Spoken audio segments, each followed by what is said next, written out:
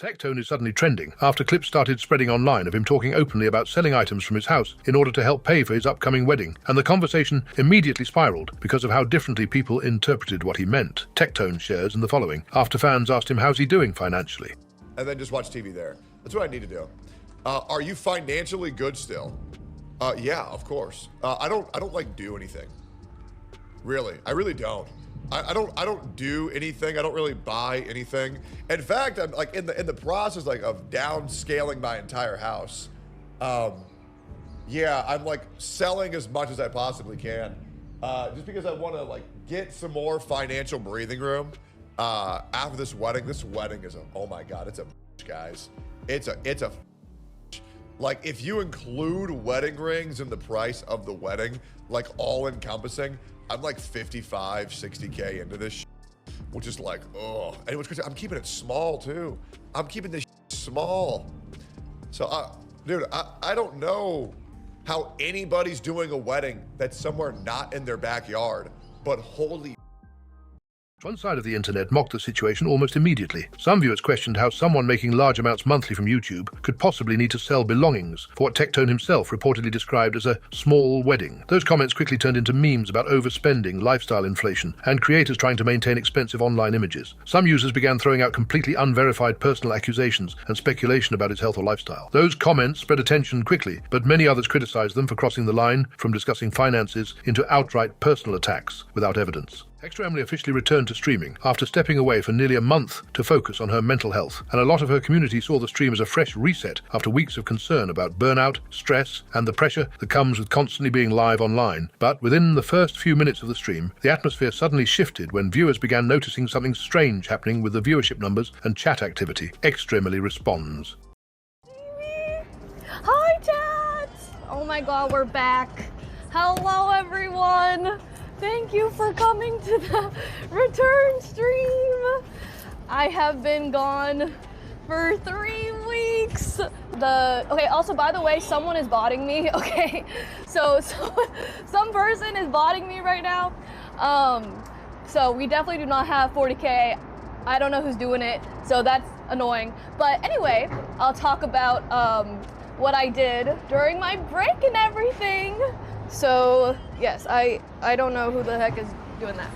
A huge amount of people sympathized with ExtraEmily and said the entire situation was genuinely messed up considering the context. Many commenters pointed out how brutal it must feel to finally return after taking a break for mental health, only to immediately deal with trolling bots and unwanted attention before the stream even properly settles in. Some viewers specifically criticized how normalized harassment has become in livestream culture, especially around large creators. They argued that streamers can barely even return from a break anymore, without people trying to turn the moment into a meme, a troll campaign, or a viral clip. At the same time, parts of the internet responded with humor instead of sympathy. A number of viral posts joked that even the viewbots missed ExtraEmily, while others mocked the suspicious usernames flooding the stream. Those comments spread fast because people found the absurd timing almost unbelievable.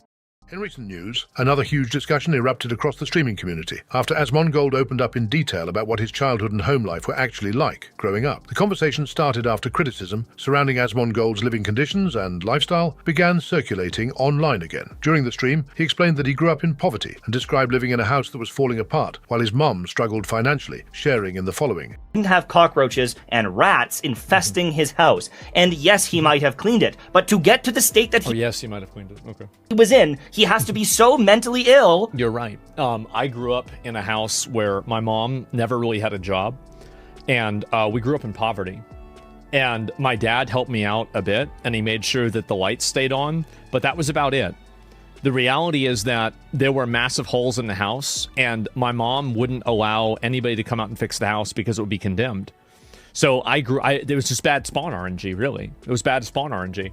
And as I was growing up, obviously, I took almost all my money and I reinvested it into improving things for her.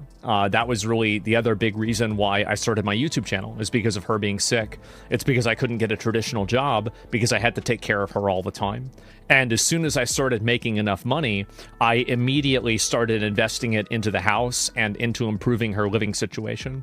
And the reason why her living situation wasn't better at the time that she passed away was because she wouldn't allow me I wouldn't allow any contractors to come into the house and fix anything because she refused to get the COVID vaccine. And because she was immunocompromised and any COVID would instantly one-shot her, I viewed it to be the lesser of two evils to not take that risk with my mother's life.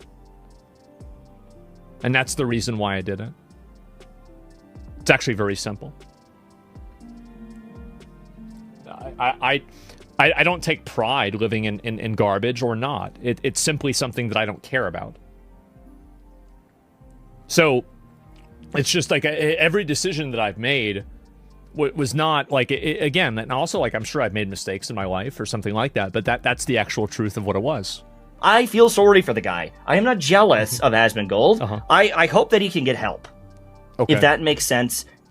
This is the most patronizing, obnoxious, pretentious, like, annoying thing that you can possibly say. Oh my god. A huge amount of people defended Asmongold and said the full context completely changed how they viewed him. Many commenters argued that people criticizing his lifestyle never understood the environment he came from or the responsibility he carried while taking care of his mother for years. Some viewers even said this is exactly why so many younger fans relate to Asmongold in the first place, because despite becoming rich, he never fully detached himself from the life he originally came from. Others specifically criticized the creators who had mocked him beforehand, calling them out as silver spoon streamers or out-of-touch influencers who attacked someone's living conditions without understanding the backstory behind it. That side of the community felt the criticism toward Asmongold came across as arrogant and performative once the full explanation surfaced. At the same time, some reactions online became incredibly intense and emotional themselves. A number of supporters framed Asmongold almost as a symbol of working-class struggle within the streaming world, arguing that his refusal to fully embrace luxury is part of what makes him feel more genuine than many other millionaire creators online.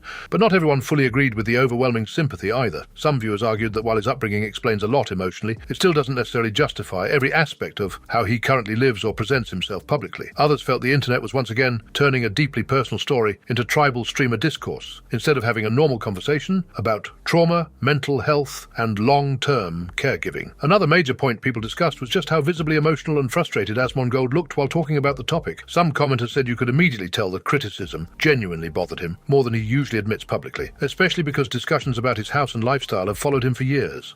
Kamiru drives her Corvette soapbox car at the Red Bull soapbox race. And she's off! Emaru is being followed by a drone. Her first time doing this. She's done a lot, folks. She's done a lot in her lifetime. Again, #1 female on Twitch. She's in Forbes 30 under 30 for 2026, so she's done a lot in her young career, AJ. But undoubtedly, being a part of this Red Bull Soapbox LA 2026 is going to be up there on the accolades, especially as she's navigated this with so much ease. We're coming up to the freeway split. She is flying, taking the 405. It's been a minute since somebody's faced the traffic on the 405, but she made it look like there was none whatsoever, and there she goes. Finished in under 40 seconds. Well done on the time there.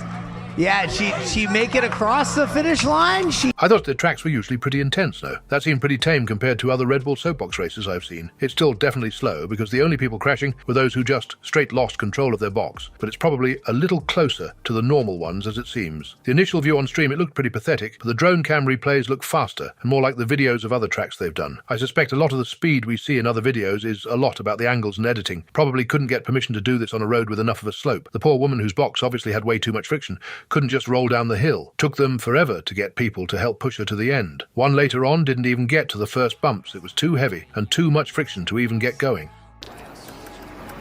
Okay, all right.